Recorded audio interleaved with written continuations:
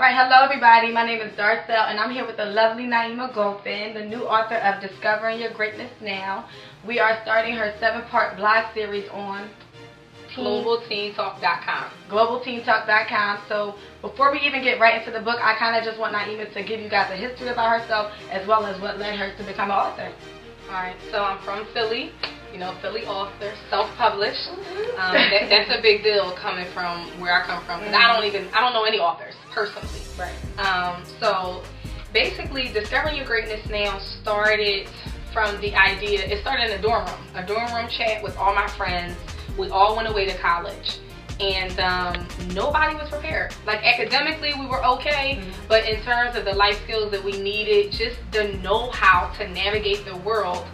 In the real world, none of us really knew. We didn't know about finances and credit, and even when someone asked you what you're going to college to study, no one said what profession do you want. So we all went to school just to get a degree, but we weren't thinking how is that degree going to help you in the workforce. Right. We weren't connecting the two, and it might seem like common sense, but something, you know, sometimes things aren't so common. So that's really what the book came about. I made a lot of mistakes. I had a lot of good stuff too that happened to me during my life. So I just threw it all in the book to really help people in general get a feel for how they need to prepare themselves when they step into the real world. Okay. For example, say there's a teenager out there right now, they don't know anything about your book, but they're going to see this blog, and they don't have any idea what professional field they want to get into. What would you give them? What advice would you tell them to start now? I would say if you don't know what direction you want to go in, just jump in and try something, because that'll at least give you the know-how what you don't want to do. Like, so I know I don't want to do nursing because I volunteered at the hospital. Right. I don't like blood. I don't like to be around that. You have to get yourself out there. You can't just sit at home and be like, oh my God, I don't know what to do. You have to put yourself out there on whatever level. You know, if it's just trying to meet new people, seeing what kind of professions are out there that you've never heard of, or even creating a profession for yourself. Okay. I totally agree with that. When I was reading your book though, I got the pleasure to already read it. You don't have chapters, they're called lessons. And I have a favorite lesson, but it's not about me right now. So what is your favorite lesson that you thought was like the best advice you gave out of the whole book?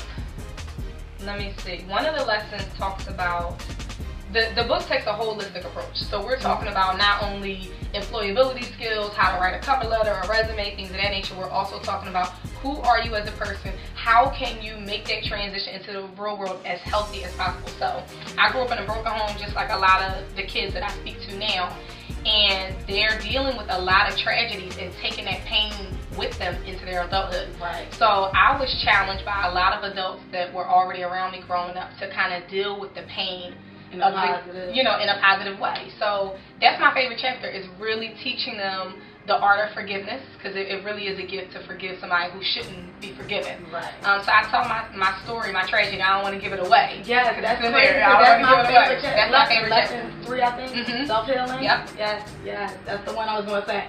So we're on the same page. That's what's up. But that's good. With your book, I noticed it's self-published. Now, how did you even go about doing that? Can you kind of tell everybody what being a self-published author even means? Basically, you can go through a self-publishing company, which I decided not to do because that's another person taking a percentage. So everybody, you know, when you're starting, you know, things on your own, you really have to do your research so you can be a better business person.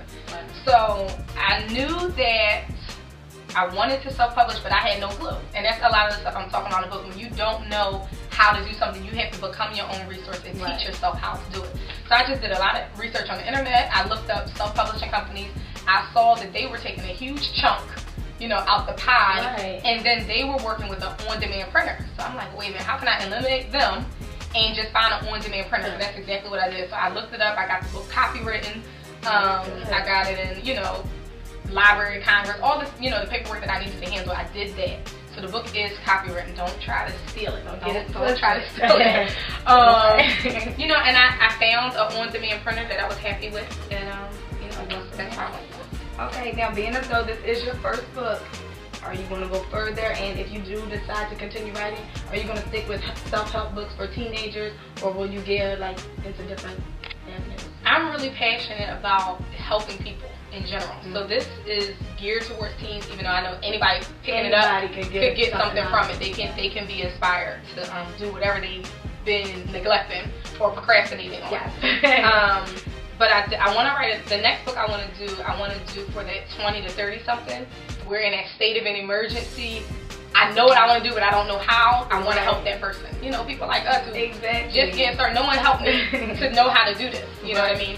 So I want to help other 20-something going to that 30-year-old range to, you know, pick up the pieces. All right, Niema, for example, as a consumer, why should I buy the book? Okay. Or why should I buy the book for like my teenage sister or daughter or such?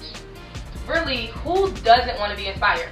Who says I don't need to find my greatness? I don't need to, you know, be the best person I don't need to do that. Right. So that's why people should buy the book. If you need some extra encouragement or you need to figure out how to get something done, you need that extra push. This is definitely the book for you.